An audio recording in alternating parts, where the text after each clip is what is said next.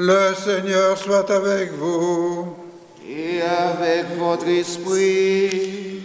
Bonne nouvelle de Jésus-Christ, selon saint Jean.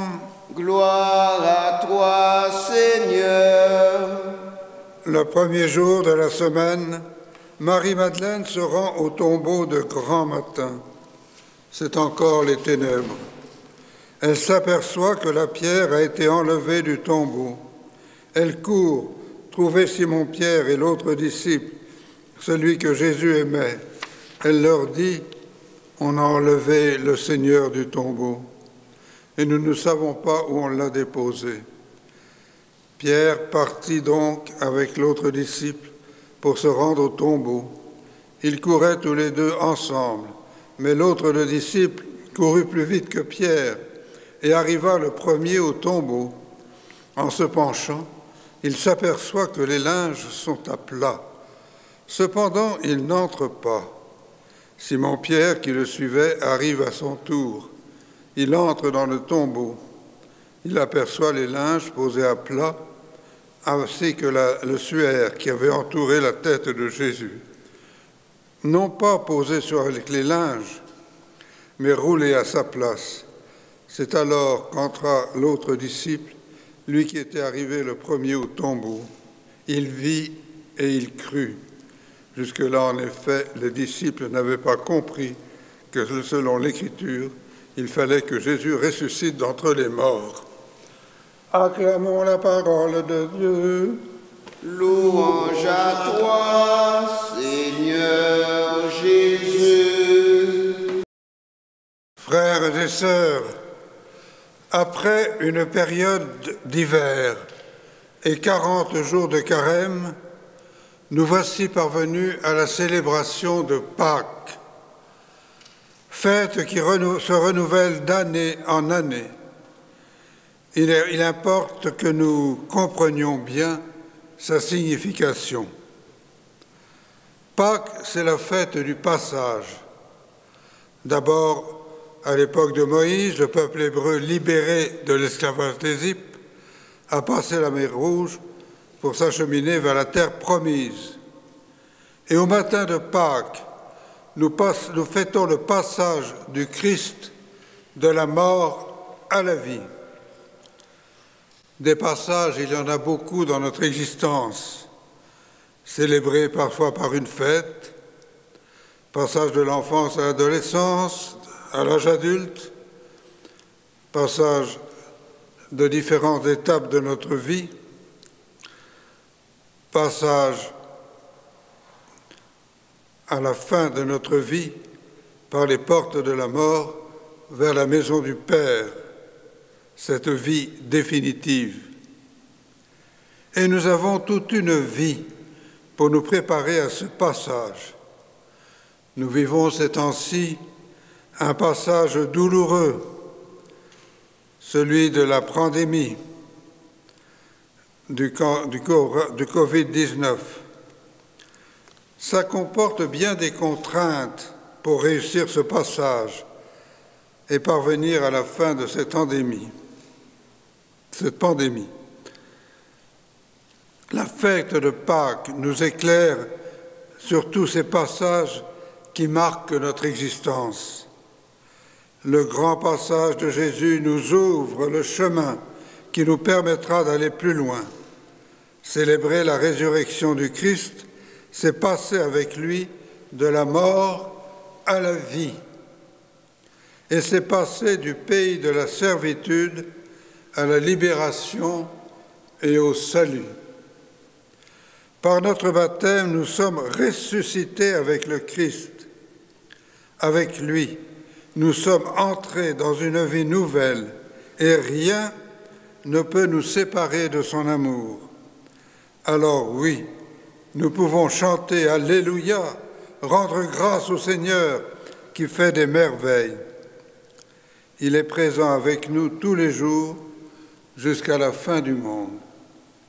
Les 4 évangiles nous disent que ce sont des femmes qui furent premiers témoins de la résurrection du Christ.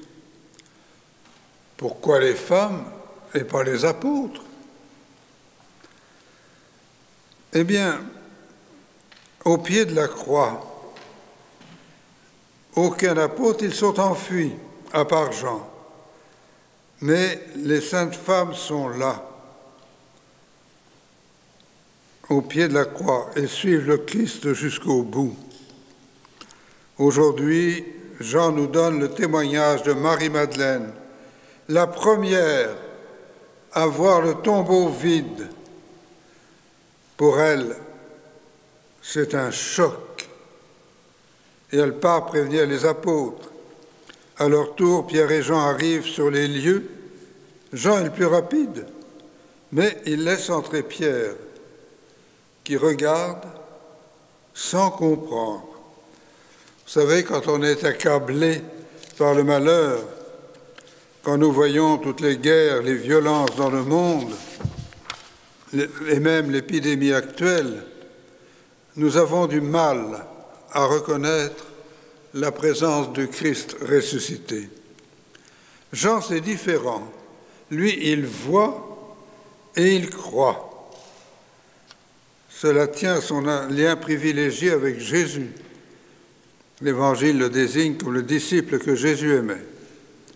Et c'est d'ailleurs l'amour qui le lie à Jésus qui le fait courir plus vite. C'est par cet amour qu'il croit à la bonne nouvelle de Jésus ressuscité, ce qui est très important pour nous. Cet Évangile nous révèle à quel point l'amour peut stimuler notre foi. Trop souvent, nous restons à des discussions qui n'en finissent pas. L'important, ce n'est pas de parler de Jésus, mais d'avoir une vraie relation avec lui. Vous savez, il nous aime tels que nous sommes. Il ne demande qu'à être présent dans notre vie. Rien de ce que nous vivons ne peut lui être étranger. Des fois on chante, hein, « Tu es là au cœur de nos vies ». Le problème, c'est que lui est là, mais que bien souvent, nous sommes ailleurs, loin de lui. Et pourtant, il ne cesse de nous appeler, car il veut nous associer à sa victoire sur la mort et le péché. Depuis la Pentecôte, cette bonne nouvelle a été transmise de génération en génération jusqu'à nous. À notre tour, nous sommes envoyés pour transmettre le flambeau, dire notre foi en Jésus ressuscité.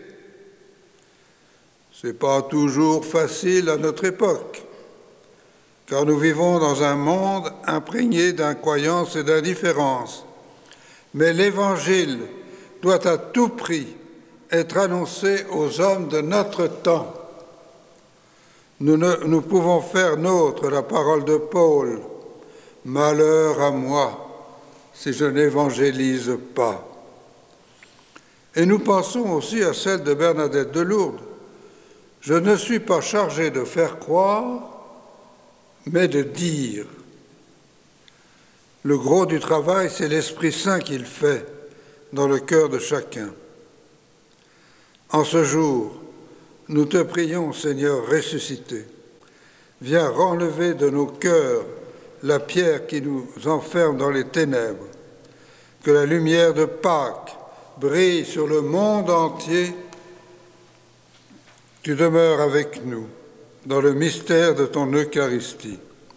Gloire à toi qui étais mort, gloire à toi qui es vivant. Viens, Seigneur Jésus. Amen. Amen.